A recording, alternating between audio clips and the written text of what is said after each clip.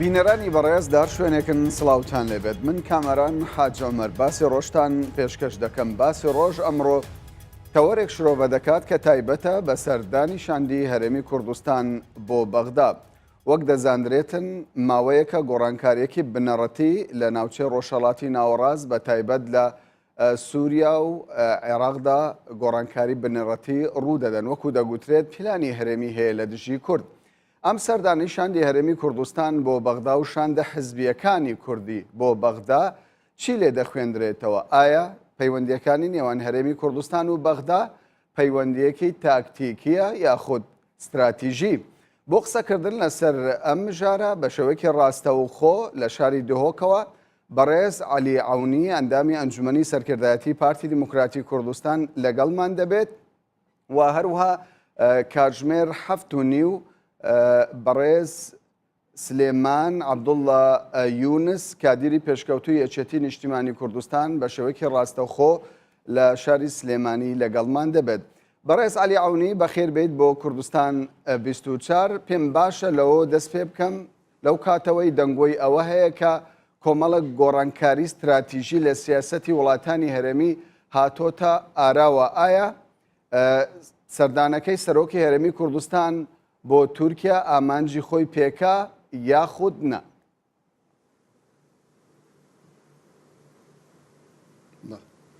زۆر سپاس، ئێوارەتان باش. بێگومان ئەوە ماوەیەکی درێژە بەش بە حاڵی خۆم لە هەموو و دیدار و چاوپێکەوتنانەی کە فرسەت بۆ من ڕەخساوە دەرفەت لواوە من باسم کردووە کە ڕۆژهەڵاتی ناوەڕاست و بە تایبەتی حکوومەت یا دەوڵەتی فاشیلی عێراق و سووریە و ئەو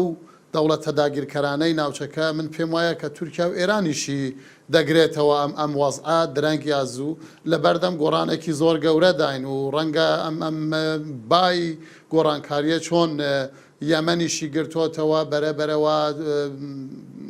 بلێسەکانی بەرەو لوبنان و ڕەنگە بۆ سعودیە و ئەملاو ئەولاش بچێنی سەردەم ئەم ناوچەیە ئەگەر لە ماوەیەکی درێژخایەنیش بێ بەڵام لە بەردەم گۆڕانێکی گەورەدایە. ئێمە پێمان وایە کە گەلی کوردستان لە دوای هەرەسهێنانی خەلافەتی فاسد و گەندەڵی عوسمانی دەبوایە وەکو هەموو میلەتانی ئەم ناوچەیە دەرفەتی سربەخۆی بە گەلی کوردستان درابە، بەڵام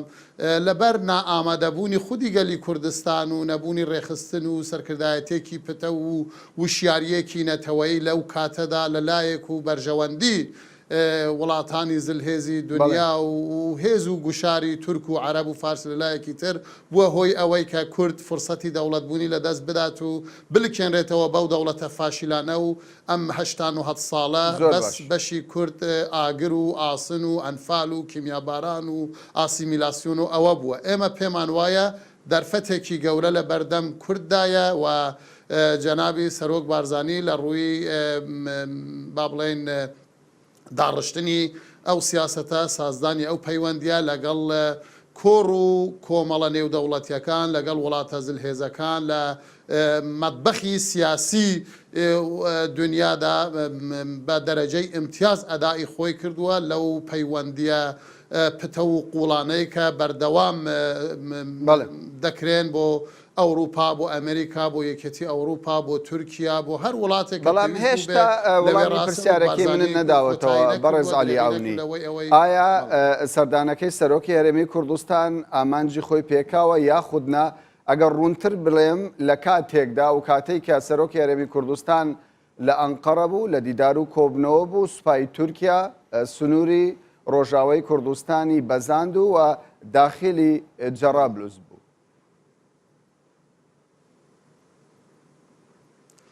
بێگومان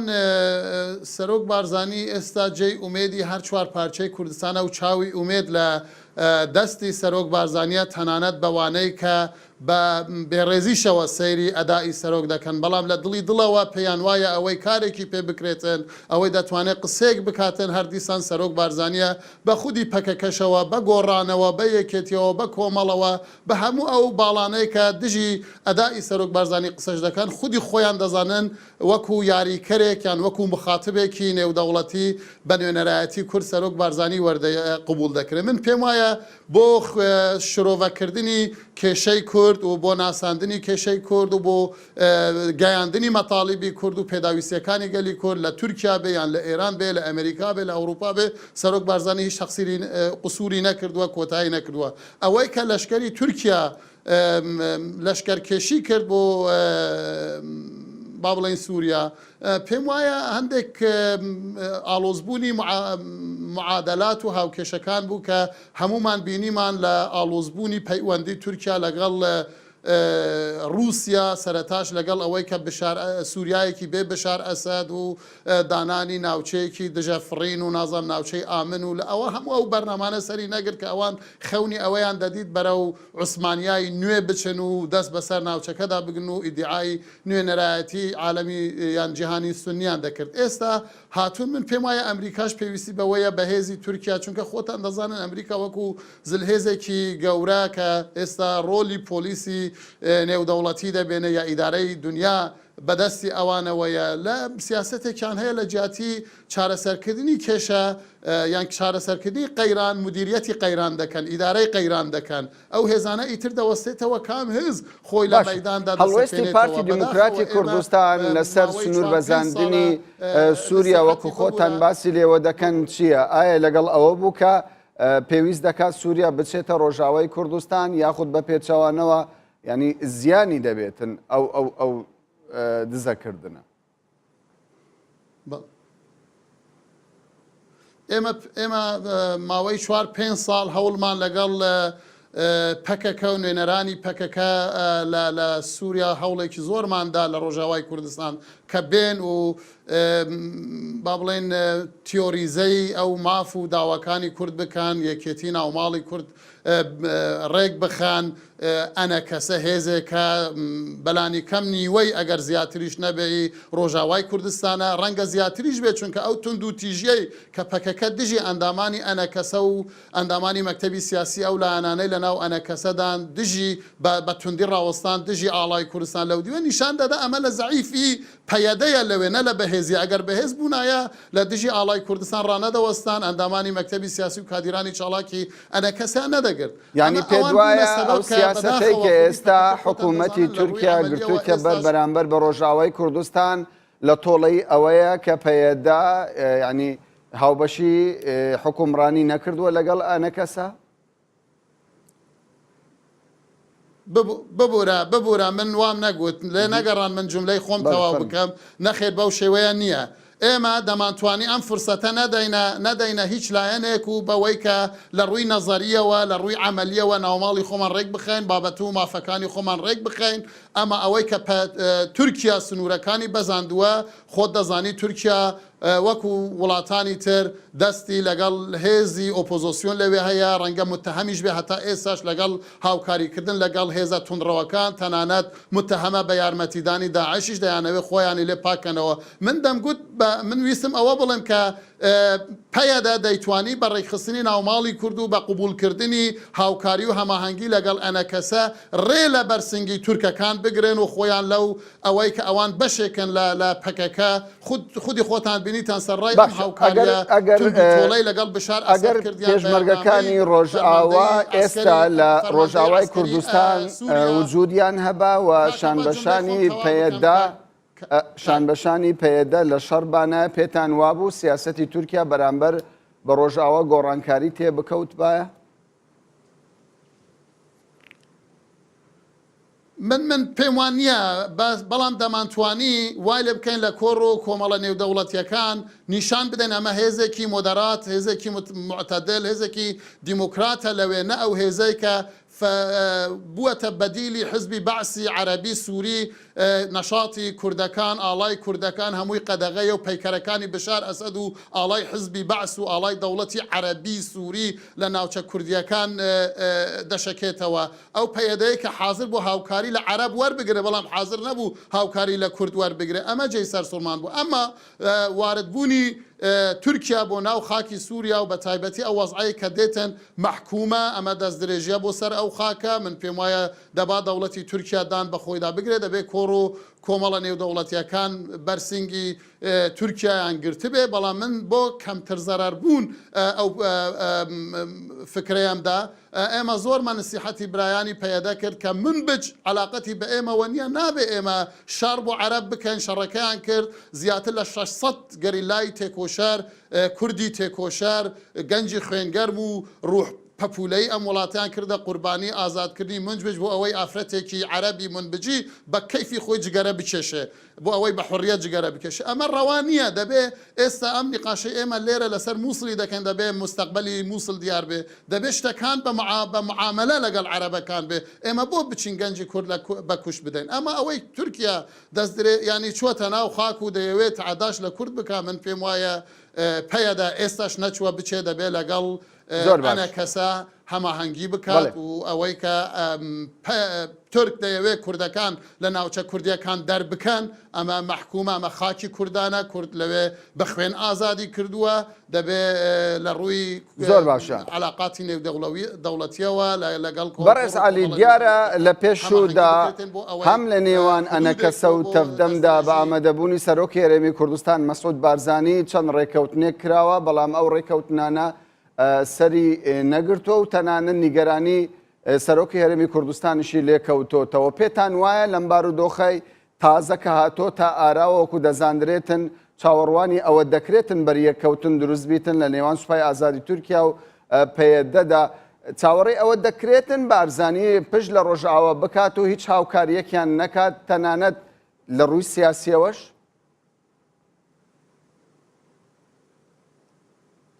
بەڵێ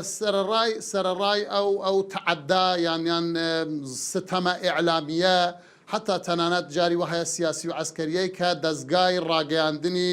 بە ئینسافانەی پەکەکە دژی پارتی دیموکراتی کوردستان و دژی سەرۆک بارزانی و دژی پێشمەرگە دەیکا بەڵام ئەمە من پێم وایە لە کۆتاییدا سەرۆک بارزانی زگی بە هەموو ئەولادی کوردستان دەسووتێ و خەمی ئەوەی هەیە هەموو هەوڵی خۆی دەدا بۆ پێشگرتن بەوەی کە زەرەرێک بە کورد بگا ئێمە سەرڕای ئەوەی کە لە سیاسەتی پەکەکە ڕازی نین بەڵام لە کۆتاییدا کوڕانی نەتەوەی ئێمە کوڕانی وڵاتی ئێمە ئەولادی وڵاتی ئێمە لە ڕیزەکانی پەکەکەدا دەبێ لێ نەگەڕێن کە گورگان خواردوو ببن ئەمە هەمووتان بینیتان ئێستاش ئەو شەوە و برادەرەیان لە شەنگار زۆر بە غڕورێکی زۆر گەورە دەیگوت ئێمە ئەو خەڵکی شەنگار حاضر دەکەین بۆ ئەوی بەرگری لە خۆیان بکەین هەموو ناوچەکانی تریش ئازاد دەکەین دوایی ئامادەین لەگەڵ پارتی دیموکراتی کوردستان وتوێژ بکەین کاکی برام ئەتوو دەتوانی ئەم شنگارە هەمووی ئازاد بکەی و خەڵک تەهیل بکەی خێرە ناتوانانی خەڵک تەهیل بکەی جەرابلوس بگرن ناتوانانی خەڵک تەهیل بکەی من بجبەر نەدای ناتوانانی ئەنی بینیمان لە کاتی وێرانی و کارەساتەکەی شنگار ڕاگەاندنەکەی چۆ ڕاگەاندنەکانی پەکەکە و بەداخەوە یەکێتی و گۆڕان چۆن دەچۆن بەرسنگی ئێزیدی فەقیریان دەگرت پیرێژن و پیرەمێرد فێریان دەکرد ئەرێ پارتی خیانەتی لە ئێوە کرد ئەرێ پێشمەرگە پشتی ئێوەی بەردا ئەرێ غەدر لە ئێوە کرد تەنانەت لە ئەعلامەکان کە چەند پێشمەرگەیەکی ئێمە بەدیل گیرابوون لە دەستی داعش و شەهید بوون ئەعلامی پەکەکە دەیگوت پارتی دیموکراتی کوردستان ئەوانەی مەبدەئی فێر نەکردووە نابی خۆیان بەدەست ئێمە خەڵک مەبدەئی ئێستا فەرمونون گەنجانی ئەوانیش وەکوی ئێمە کەوتونەتە دەستی داعش کەوتونەتە دەستی سوپای بێبەزەیی تورک و ئەحراری شام و نزانم بە لیوای نورەدین و چزانم ئەو شتانە جێی داخ و ئەسەفێکی زۆر زۆر گەورەیە ئەدی بۆ ئێوە گەنجانی خۆتان فێر نەکردەوە بەدیل نەگیرن بۆ ئەگەر لای ئێمە شکستێک ببێ ئێوە بە دهۆڵ و لە جاتی خەمتان بێ بە دهۆڵ لی دەدەن شاگەشکە ببوون بۆ ئەوەی کەسبێکی ئەعلامی ئەرزان بکەن من پێم وایە ناوماڵی پێتان وانە بەڕێز عەلی عەونی لە ئێستادا ینی کورد زیاتر پێویستی بە خیتابی یەکگرتن و یەکگرتنەوەی حزبەکان هەیە لە کاتێکدا کە وەکو دەگوترێت کۆمەڵێک گۆڕانکاری بنەڕەتی لە ناوچەکەدا بەڵێ فەرموو بەڵێ ئەو دەگەیەی کە حافظ بشار ئەسەد و جمهوری ئیسلامی و ئەو هێزانەی ئەم بەرەیە رووسیا لە پەیەدەیاندا ئێستا دەستخەرۆیان کردە وایە لە جیاتی ئەوەی چاوی لە دەستی بشار ئەسەد و ئێران و ئەملاو ئەولا باە چاوی لە دەستی گەلی کوردستان و لە دەستی سەرۆک بارزانی و چاویان لە دەستی کوڕانی ئەم وڵاتە و هێز و لایەنە سیاسیەکان بێ ئەو تەخازل و ئەو تەنازولەی کە بۆ بشار ئەسەدیان دەکرد بۆ خودی خۆیان بیان کرد بە ئێستا جەبهەکان بە قووەتر دەبوو بەڵێ باشە بە لە ڕۆژاوای کوردستان دوور بکەوینەوە بینەوە سەر پەیوەندیەکانی نێوان هەرێمی کوردستان و بەغدا. ئێستا شاندێکی هەرێمی کوردستان وەکو دەبیندرێتن ئەو شاندەی کە سەردانی بەغدای کردووە لە نێچیروان بارزانی دکتۆر ڕۆژ و هەروەها ژمارەیەک بەرپرسی دیکەی هەرێمی کوردستان پێک دێن، بەڵام زۆربەی زۆریان پارتینە لە نێو ڕیزی پارتی دموکراتی کوردستانن. پاشەوەی یەکێتی نیشتیمانی کوردستان سەردانی بەغدای کرد لە هەفتەی ڕابردوودا و لە چەند ڕۆژی ڕابردوودەوە پێشتری شاندی بزوتنەوەی گۆڕان و یەکێتیش بە هەمان شێوە سەردانی بەغدایان کرد. ئایا قەنەعەت لای پارتی دروست بووە کە دەبێت لە کۆتاییدا بگەڕێتەوە بۆ بەغدا بۆ چارەسەرکردنی تەواوی ئەو کێشانەی کە لەگەڵ بەغدای هەیە؟ بەڵێ دەزانم بەداخەوە ینی ئەو تێکچوونی یەکێتی ناوماڵی کورد و هەر کەسە بۆ بە حسابی خۆی و بە ڕێگای خۆی خەریکی مغازەلە و مجاملەی بەغدایە و بەغداش ئەوە ینی پێی حەساوە پێی ئاگادار بووە کە ناوماڵی کورد چیتر وەکو ساڵانی 2003 و 2004 یەکگرتوونیە بۆیە دەیانەوێت سوء ئیستیفادە لەوە بکەن و ئەوەی بینیمان دوێنێ لەو مەهزەلەیەی کە دوێنێ پێر بوو لە بانکردنی وەزیری دارایی بەڕێز هوشیار زێباری لەوانەدا بینیمان کە ناوماڵی کورد بەڕاستی پەرفوتە بەڕاستی خراپە. ئەمە ئەوەی کە تۆ دەڵێ ئێمە بەرەو بەغدا بچین، ئێمە هەتا ئاخرین سات پەیوەندیمان لەگەڵ بەغدا دەبێت، تەنانەت ئەگەر لێک جیاش ببینەوە هەر دەبێت بچینەوە بەغدا، دەبێت بچینەوە تاران، دەبێت بچینەوە ئەنکەرا، دەبێت بچینەوە دمشق. ئەمە لە کۆتاییدا دراوسێش دەبین. هەتا ئەم ساتە گەلی کوردستان بە شێوەیەکی ڕسمی ئەعلانی جیایی نەکردووە، بەڵام ئەمە مافی ئێمەیە، ئەمە خیاری ئێمەیە. علیعونیانی سەردانی شاندەکانی حزبی کوردستانی بۆ بەغدا وەکو حکوومەت وەکو هەرێمی کوردستان نییە، وەکو دەبیندرێتن شاندی حزبینە سەردانی بەغدا دەکەن. پێدوانیە ئەمە کاریگەری خراپی بەسەر هەرێمی کوردستان لێ بکەوێتەوە و پێگەی هەرێم بەرامبەر بە بەغدا زەعیف بکات؟ بەو شێوەیە تەوازەیە پەرتو بڵاوی کە لایەنەکان هەر کەسە بۆ خۆی لە ماڵی خۆی و لە حسابی خۆی دەچێتە بەغدا و دەچێتە ئەملاو ئەولا و مفاوزات دەکا و تەنانەت هەندێک لایەن داوای یارمەتی تایبەتیان کردبوو بۆ شاری سلێمانی. ئەمە زەرە لە گەلی کوردستان دەدا، بەڵام من پێم وایە لە جیاتی ئەمە لە جیاتی ئەرزانکردنی کێشەی خۆمان لە دەستی عەبادی و مالکی و ئەملاو ئەولا دەبێت لە بیرمان نەچێ. ئێمە خەونی گەلی کوردستانە، عێراقێک بە شێوەیەکی عەمەلی تقریبەن لەبەر یەک هەڵوەشاوەتەوە بە تەمان بە ڕێگای حەشدی شەعبی و ئەوانە شتێک هەڵکڕێنن بزانن چیان بەدەستەوە دەمێنێ. دەبوایە ئەم دوو سێ مانگەی لەبەر سنگمانە لەبەر دەممانە بۆ هەتا ئینتیخاباتی ئەمریکا گەلی کوردستان پێکەوە بڕیارێکیان دابە. ئێمە یەک بەدەنگی خۆمان هەوار دەکەین بۆ گەلی کوردستان، پێیان دەڵێن فەرمونون ئێمە لە پارتی دیموکراتی کوردستان داواتان لێ دەکەین، پێتان دەڵێن ساتی دەوڵەت بوونە و خەڵکی دیکەش پێمان دەڵێن ساتی ئەوەیە ئێمە لە بەغدا بین. ئەمە ئەوەی کە جەنابی کاک نەچیروان سەردانی کردەوە وەکو حکوومەتی هەرێمی کوردستان کۆمەڵی ئیستحقاقاتی ئێمەیە لەوێ دەبێ هەتا ئەو ساتەی کە ئێمە ئەو بڕیارە دەدەین ئەم سەردانانە بکرێن، بەس بێگومان سەردانی حزبەکان و بە جیاجیا و مغازەلەی مالکی و تەنازل بۆ عەبادی و ئەم لە ئەولا زەرەر بە کێشەی کورد دەگەێنێ. ئێمە دەبێت بچین لە مووقفی قووە ڕابچین، چونکە ئێستا هێزی پێشمەرگە هێزێکی دانپێنراوی شەرعی دنیاە بە پێچەوانەی ئەوەی کە ئێستا حەشدی شەعبی وەکو هێزێکی عێراقی متهەمە بە هەندێک تاوانی دژی مرۆڤایەتیش و دنیا ڕەخنەیان گرتووە، داوایان کردووە کە ئەوانەیە و تاوانانیان کردووە بدرێنە مەحکەمەش. ینی فەرقی هێزی پێشمەرگە و هێزێکی فعلەن ڕێکخراوی سەر بە وەزارەتێک با بڵێن ئازادی بەخش دژی ڕێکخستنی دڕندەی داعش، ئێمە زەرەرمان بە هاوڵاتیانی هیچ جەیەک نەگەیاندووە. بەڵێ تۆ باست لە تەنازل کرد، ینی پێتان وایە سەردانی حزبی سەردانی شاندی یەکێتی نیشتیمانی کوردستان و بزوتنەوەی گۆڕان بۆ بەغدا و داواکردن بۆ دابینکردنی موچەی فەرمانبەران على الأقل بۆ دابینکردنی موچەی فەرمانبەرانی ئیدارەی پارێزگای سلێمانی پێتان وایە ئەمە تەنازل بی لە کاتێکدا هەرێمی کوردستان لەگەڵ ئەمریکا پرۆتۆکۆڵ ئیمزا دەکە و ئەمریکا بەڵێنی پێدانی موچەی پێشمەرگە بە تەواوی هێزەکانی پێشمەرگەی کوردستان دەدات بۆچی بەغدا ئەگەر موچەی فەرمانبەران بدات ئێوە بە تەنازولی دەزانێت بەڵێ بزانە من پێم خۆش بوو ئەو تەنازولەی کە هێزە سیاسیەکانی سلێمانی بۆ مالکی کردبان چارەکێکی ئەو نەرمیەیان لەگەڵ سەرۆک بارزانانی نواندبا زۆر زیاتریان دەست دەکەوت نووری مالکی و حەیدەر عەبادی ڕێکخراوی خێرخوازی نین هەتا بە خێر بەبێ مقابل یارمەتی کارمەندانی سلێمانی بدەن بێگومان ئەمە لە چارچەوەی معاملەیەکدا دەبێ وەکو ئەوەی ئێستا دەبینین ئێمە پارتی لە حکوومەت دەردەکەین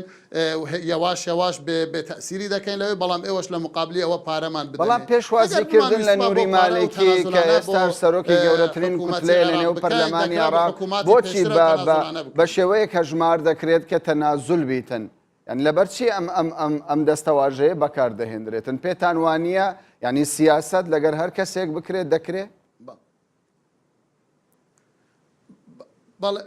دەبایە حکوومەتی عێراق حکوومەتی مالکی یان حکوومەتی عەبادی ئەم ئەگەر نیەتیان ئەوەیە یارمەتی حکوومەتی هەرێمی کوردستان بدەن یارمەتی فەرمانبەرانی تەنانە سلێمانیش بدەن دەبایە کاناڵی ڕسمی ئەم یارمەتیدانە حکوومەتی هەرێمە ئەمە لە کاتێکدایە کە حکوومەتی بەناو عێراق حەساری اقتصادی یان ئەمبارگۆی ئابووری داناوەتە سەر هەرێمی کوردستان تەنانەت حکوومەتی عێراق تەفزیل دەکا ناوچێک لە دەستی داعشدا بێ نەوەک لە دەستی پێشمەرگەدا بێ پێیان خۆش نییە ئەگەر شوێنێک ڕزگار بکرێ بە دەستی پێشمەرگە ئەمەیە فەرقەکە کە من زۆر بە کورتی بەڕێز عەلی عەونی ئێوە مەترسیتان هەیە لەسەر نزیک بوونەوەی ئیدارەی سلێمانی لە بەغدا حکوومەتی هەرێمی کوردستاندا مەترسیەکە ئەوەیە کە ناوماڵی کورد پەرتەوازە دەبێ هەر یەکە بۆ خۆی بچێ بازارێک بکە بەڵێ ناوماڵی کورد پەرت دەبێتن ئەمە بۆ یەکدەنگی ئێمە کە خۆمان ئەسڵەن هێزێکی بچووکین لە مقابل 300 ئەندام پارلەمانی عێراق ئێمە پێکەوە ئەگەر یەکگرتوش بین ئەوجا 56 کەسێکین تەسیرمان ئەوجا کەمتر دەبێ وەکو دەڵێ مەیمون جوان بوو خوریکەشی لێ هات ئێمە خۆمان بەهێز بووین ئەوجا ئەگە پارچەش بووین ئەوجا بەهێزتر دەبین و هەم دەبینە بابەتی بازارکردن خۆی باغەڵەتیش تێنەگەن بینەرانی کوردستان 24 ئەمری قاشەی کە پێشی دووسێ ڕۆژ دەرباز بوو ڕاستیتان دەوێت لە پێشی ماوەیەک سەرۆک بارزانانی باسی هەڵوەشانی حکوومەت و حکوومەتی تەکنۆکرات جەنابی سەرۆک بارزانانی گوتی بۆ من هیچ گرنگ نییە لە بەغدا کێ وەزیر دەبێت کێ وەزیر نابێت چونکە ڕاستیتان دەوێت بەڕێز هوشیار زێباری سەرڕایەوەی کە وەزیری مالیەیە بەڵام لەبەر چاوی بەڕێز هوشیار زێباری میزانیەی یا بودجەی حکوومەتی هەرێمی کوردستان بردراوە لەبەر چاوی ڕئیسی ئەرکان کە کورد بووە لەشکەری عێراق هاتووەتە سەر کەرکووک و زما لەبەر چاوی ڕئیسی جمهوری کە لەوەیە ئەم مادەی 140 جێبەجێ نەکراوە بابەتی جێبەجێ نەکراوە سنوورەکانی مادەی 140 جێبەجێ نەکراون هیچی جێبەجێ نەکراوە کەواتە حزوری نوێنەرانی ئێمە لە بەغدا و عەدەمی حزورمان وەکو یەکە کە تەسیرمان نەبێ من پێم وایە ئەسڵەن بە سەحبی استیقال لە هەر هەمویان بکەن نەک بەس لە چونکە تەسیریان نییە لەوێ بەڵێ بەڕێز عەلی عەونی ئەندامی ئەنجومەنی سەرکردایەتی پارتی دیموکراتی کوردستان کە بە شێوەیەکی ڕاستەوخۆ لە پارێزگای دۆهۆکەوە لەگەڵمان بۆی زۆر سوپاسی بەڕێزتان دەکەیت.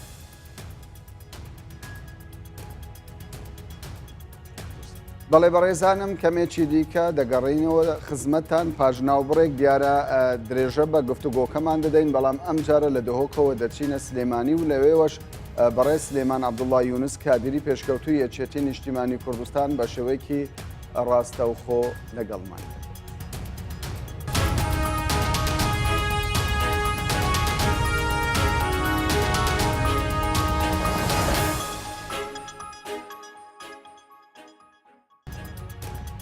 جارێکی دیکە سڵاوتان لێبێت بینەرانی بەڕێزی کوردستان 24 باسی ڕۆژ بەردەوامە دیارە مژاری ئەمڕۆکەمان تایبەتە بە پەیوەندیەکانی نێوان هەرێمی کوردستان و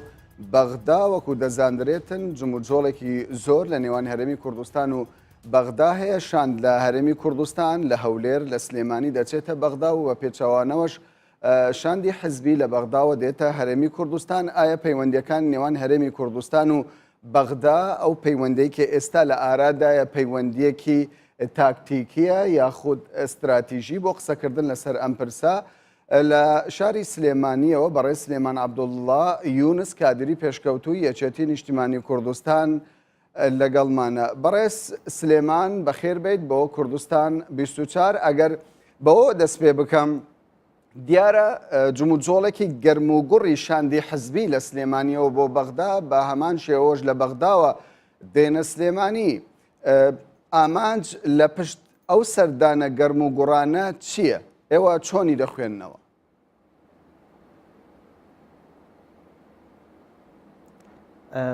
خۆ دەزانی هەرێمی کوردستان لە دۆخێکی ڕاگوزەردایە و ئەم دۆخە پێویستی بە جموجۆڵ لایەنە سیاسیەکان هەیە و ئەم جموجۆڵی لایەنە سیاسیانە دەبێت لە پێناو بایان باشتر لە پێناو بەژەوەندەکانی خەڵکی کوردستان دابێ. هیوادارین ئەم جەولەمە کۆچیانەی لە سلێمانی و هەولێرەوە بەرەو بەغدا دەکرێن بە ئاراستەی چاکردنی ژیان و بژێوی و گوزەرانی خەڵکی کوردستان بێ و بەدەربێ لە مزایدە و مەعمەعی سیاسی و بەشێک بێ لە خۆ ئامادەسازی گەلەکەمان بۆ قۆناغی دوای فدراڵی و خۆتان دەزانن ئێمە لە بەردەم کۆمەڵی گۆڕانکاری گەورەداین، لە بەردەم ڕاماڵینی داعشداین، لە بەردەم ئازادکردنی مووسڵ و کۆمەڵی هێزی پێشمەرگی کوردستان، لە بەردەم کۆمەڵک دەستکەوتی گرنگ و گەورەتردایە. بۆیە هیوادارم ئەم جەولەمە کۆکیانە سەرەتای کۆتایی هاتن بێ بە بەستەڵەکی نێوان بەغدا و هەرێمی کوردستان لە پێناو ئەوە ناکە ئێمە وەکو هاوڵاتی دەرەجە دوو یان بە پاشکۆی بگەڕێنەوە بۆ بەغدا، بەڵکو لە پێناو ئەوەی کە ئێمە چه بەرنامە گەورەکەمان لە بەردەستە بۆ دروستکردنی دەوڵەت یان چی بەرنامەی شەراکەتی ڕاستەقینەمان لە بەردەستە کە ئەمە دەبێت هێزە سیاسیەکانی خەڵکی کوردستانێک لای بکەنەوە لەسەر ئەمە زندانە بڕۆین و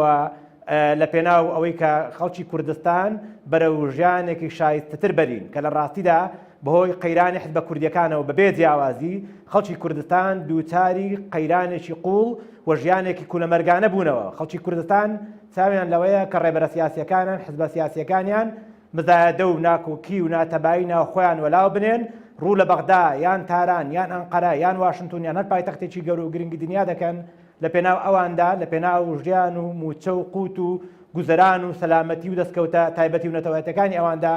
شەو ڕۆژ بدەنە دەم یەکتر. و بۆیە من لە ڕاستیدا چوونی ئەوە بدانە چی ئەوەی یەکێتی نیشتیمانی کوردستان، چی ئەوەی حکوومەتی هەرێم و پارتی، یان چی هاتنی ئەوەی کە لە وەفدی شیعە و خەڵکی تر هاتووە بۆ سلێمانی و کوردستان بە شێوەیەکی ئەرێنی و بە شێوەیەکی نۆرماڵی دەبینم، چونکە لە دنیای سیاسی دنیای پەیوەندی نیە، دنیای دابڕان و دنیای بەسەڵەکی سیاسی نییە. ئێمە پێویستیمان بەم نەوعە لە سەردان و جەولەی مەکۆکی هەیە. باشە گەر ئەمە نەکەین چی بکەین؟ یعنی ئێمە لە پاڵ ئەمانەدا ڕێگایەکترمان هەیە. هەندێک جار قسەیەکە دەگوتێ ئەگەر ئێمە بمانەوێ دەوڵەت دروست بکەین دەبێت لەگەڵ بەغدا دانووساندنی حەقیقی بکەین. ئەگەر بشمانەوێ شەراکەتی حەقیقی بنیاد بنین دەبێت دیسان دانووساندنی حەقیقی لە بەغدا بکەین. و ئەگەر بشمانەوێ کێشەی ئەم کێشانەی کە هێشتا هەیە دیسان پێویستی بە دانووساندنە. خۆتان دەزانن لە ئەنجامی نەبوونی حیوارێکی عەقلانی لە بینی ئێمە و بەغدادا خەڵکی کوردستان تووشی بازدانێکی گەورە بووە و ناکۆکی سیاسیەکانی نێوان هێزەکان ڕۆژانە بە زیانمەندی خەڵکی کوردستان کۆتایی پێدێ. بۆیە من پێم وایە ینی ئەم جەولانە سەرتاکی باشە، بەڵام باشتر دەبێت ئەگەر وەفدێکی یەکگرتوو پێک بێ، نەک هەر تا ڕادەیەک لەوانەیە باش بێ بۆ توانەوەی بەستەڵەکەکە یان بۆکردنەوەی ڕێگا داخراوەکان ئەگەر تاگلایەنە لە سلێمانیەوە تاگلایەنە لە ئەولێرەوە وەفدە حزبیەکان دەڕۆن، بەڵام بەرژەوەندی خەڵکی کوردستان و دەبێت هێزە سیاسیەکان ڕەتای ئەم بەرژەوەندی باڵاش بکەن و وەفدێکی هاوبەشی یەک و یەکگرتوو، وەفدێکی کارا و کاریگەر، وەفدێکی لێزان و شارەزا لە بواری دیبلۆماسی و بەدەستهێنانی دەستکەوتە نەتەوەیەکانی خەڵکی کوردستان پێک بێنن و بڕۆن لەگەڵ لە بەغدا بدەن، لە دەرگای بەغدا بدەن و لە بەغدا لە دەرگای ئەو شوێنانەش بدەن کە بۆ دۆست و بۆ بەرژەوەندی ڕەوای خەڵکی کوردستان پێویستە سەری پێدا بکەن. بەڵێ بەڕێ سلێمان ئەگەر لە هیواکان دوور بکەوینەوە لە وشەی دەستەواژەی بەکارهێنانی هیوا و ئومێد دەخوازم دەبێ وابێ دەبێ وابێ، یعنی لەم موشانە دوور ببینەوە لە ڕووی پرەنسیب لە ڕووی کردداریەوە لە کاتێکدا هەرێمی کوردستان خاوەنی حکوومەتە، خاوەنی دامەزراوەی شەرعی خۆیەتی، ئێستا جموجۆڵی حزبایەتی ئەم و ئەو شاندی فلان شاندی فلان دەچێتە بەغدا یاخود دەچێتە تاران یاخود دەچێتە ئەنقەرە. ئایا ئەمانە ینی زیانی لێ ناکەوێتەوە؟ چ مەفهومێک بە خەڵکی کوردستان دەگەینێتن، چ خیتابێک بە لایەنی بەرامبەر دەگەینێتن سەردانی شاندە حزبیەکان؟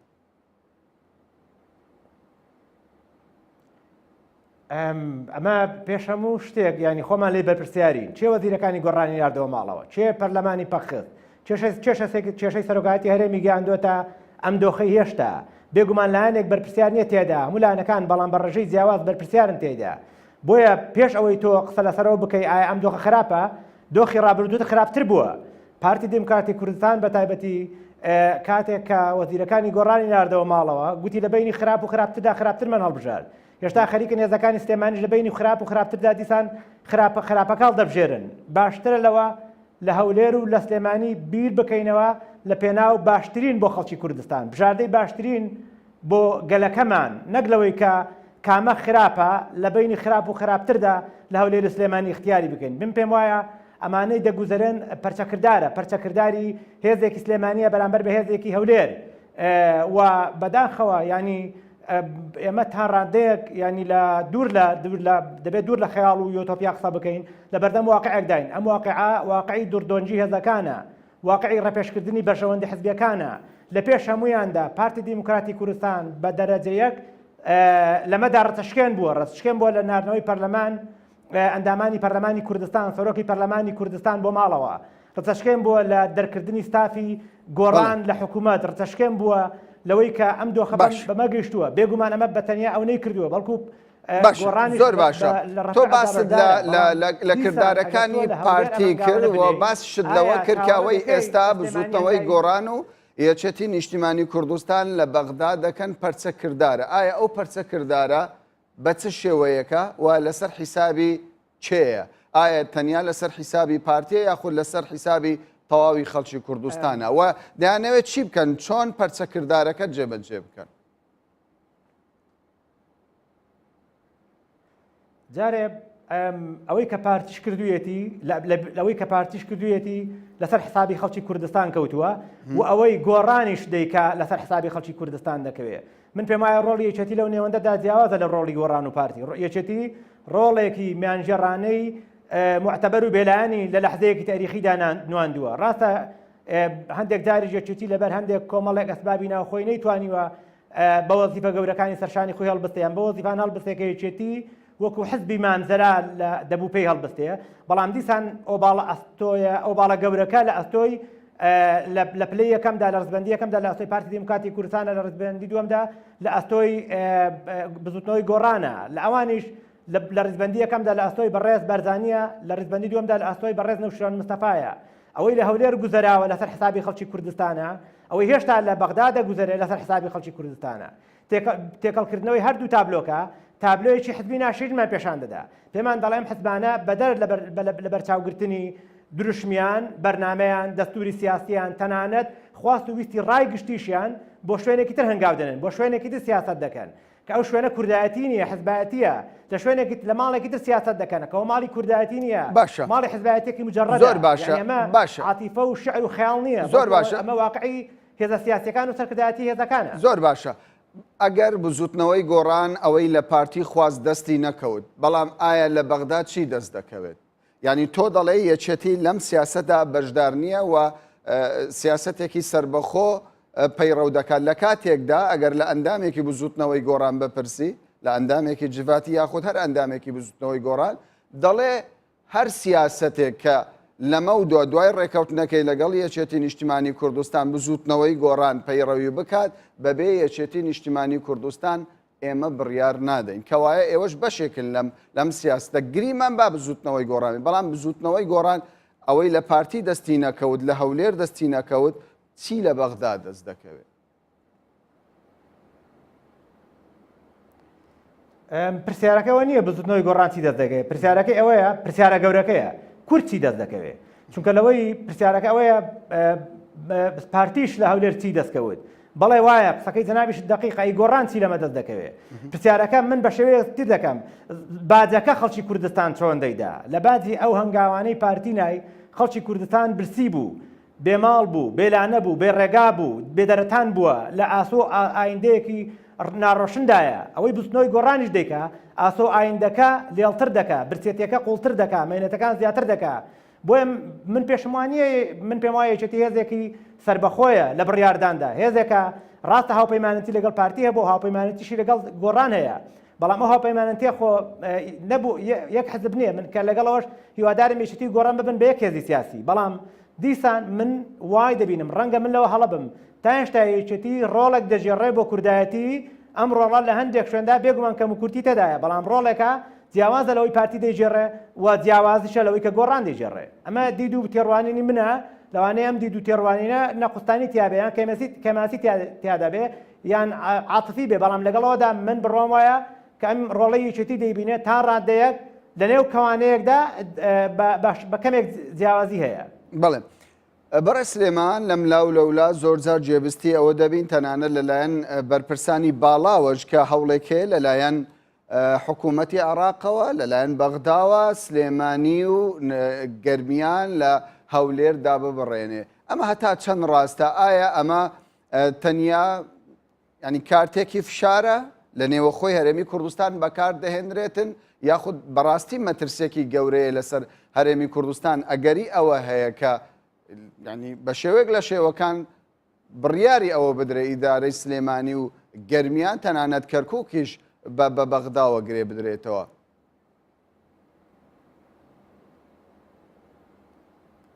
بۆ هێشتا ئەوەندەیەک و یەکگرتوین کاکە بۆ هێشتا ئیدارەکە دوو ئیدارە و سێ ئیدارە نییە بەڵام حکوومەت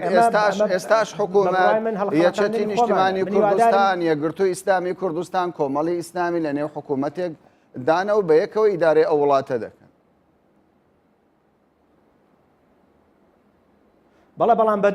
دوو هێزی پێشمەرگەی جیاواز بە دوو بودجەی جیاواز بە دوو هێزی ئەمنی جیاواز بە دوو جوگرافیا و ئاو و ئەرزی جیاواز کاکە گیان ئێمە پێویستیمان بە تێکەڵکردنی ئەم پێشمەرگە و هێز و ئاو و جوگرافیا کوردیەیە بۆ ئەوەی جوگرافیایکی بەرینتر گەورەتر گرنگتر لەم جوگرافی حیزبۆکراتیانەی کە هێشتا هەیە بنیاتی بنین پێویستیمان بەوەیە کە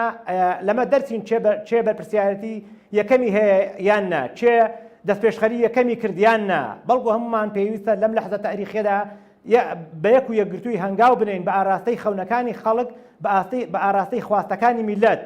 کە ئەویش بریتە لە یەکبوون و یەکگرتنمان لە دەربازبوون لەم قۆناغە ڕاگوزەریە لەم مەینەتیە لەم نەهامەتیانەی کە میلەتەکە تێکەوتووە لەم دەربازمان من ببێ بەرەو ئاسۆیەکی ڕوونتور و کراوەتر کە بڕواتان هەبێت دەتوانین ئەگەر هێشتا تۆ هێزێکی یەک و یەکگرتوم دەیە سەرکردایەتێکی یەکگرتوم بدەیتێ وەک ئەوەی لە 91 هەمان بوو یان یەکێتیەک فیدراسیۆنێکم بدەیە لە بینی یەکێتی و گۆڕان و پارتیدا لە زایدەن هێزە ئیسلامیەکان من کوردستانێکی سەربەخۆ دەدەمەیە چێ دەتوانێت ئەمە بکە ئێمە زۆر جار گوتمان کاک مەسعود بەرپرسیارەتی یەکەمی لەسەر شانە هەندێک هەنگاوینان بەڵام پارتی ڕێگر بوو لێی و خۆشی هەنگاوەکانی تا ڕادەیەک ینی نەبردە پێشەوە و لەم لاشەوە ئیتیجابەی وەکو پێویستی نەبوو یعنی بەڕێ سلێمان ینی زۆر جار باز دەوە دەکرێتن کە دەبێ سەرۆکی هەرێمی کوردستان مەسعود بارزانی دەست پێشخەر بێت بەڵام ینی چی بکاتن ینی چ دەست پێشخەریەک بکاتن بۆچی داواکاریەکی تەواو نییە بۆ نمونە ینی پرۆژەی نوێنەری سەرۆکی هەرێمی کوردستان فواد حوسێن داوای کردووە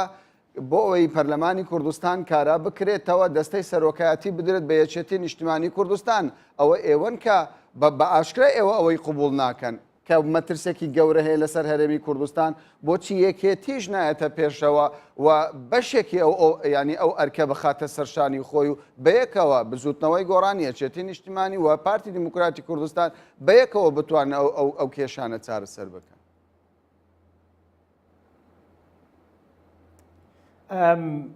چاوەڕێ لە بەڕێز بارزانی بریتی بوو لەوەی کە من چەند جارێک نووسیشم پێشنیاریشم کرد بابێتە ماڵی مامجەلال لە ماڵی مامجەلالەوە بانگەشتی لاەنە سیاسەکان بکە با بێتە پارێزگاری سلێمانی و لە پارێزگاری سلێمانیەوە بانگەشتی لاەنە سیاسەکان بکە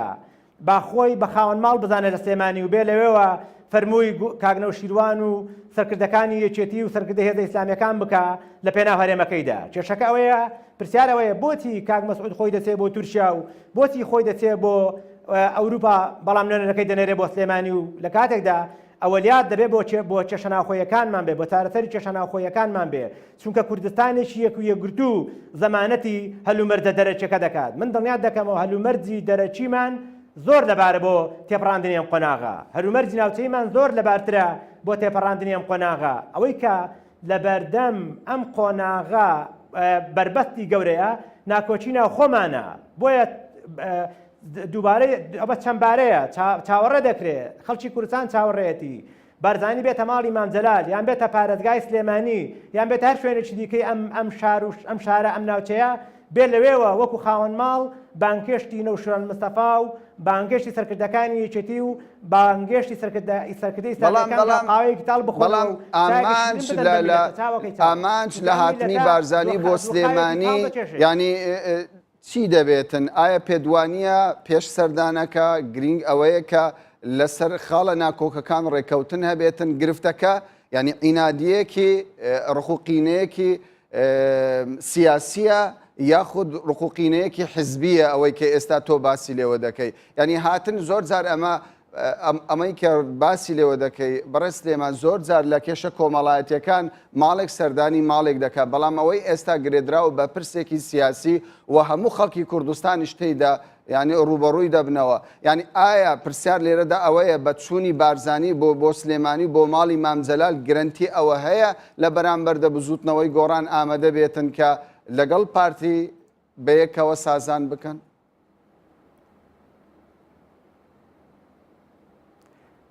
من دەزانم کێشەکە دیوەخان و چارەسەری کۆمەڵاتی نییە،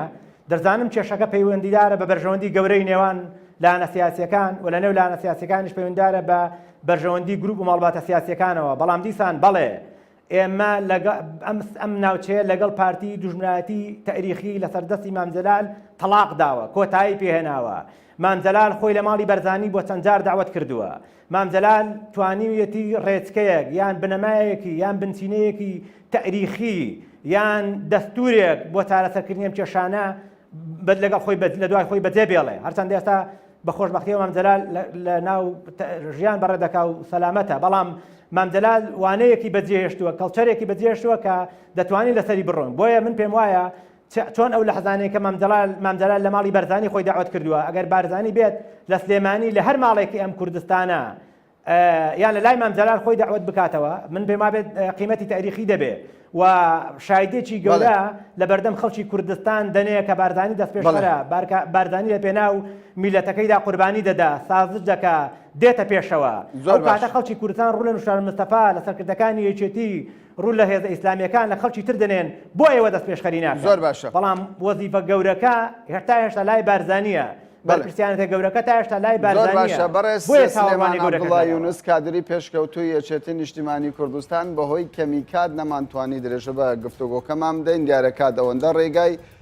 پێدان گفتوگۆکەشمان گەرم بوو و پرسیاری زۆرشمان هەبوو. زۆر سوپاست دەکەین کە لە باسی ڕۆژ لەگەڵمان بەشدار بووین.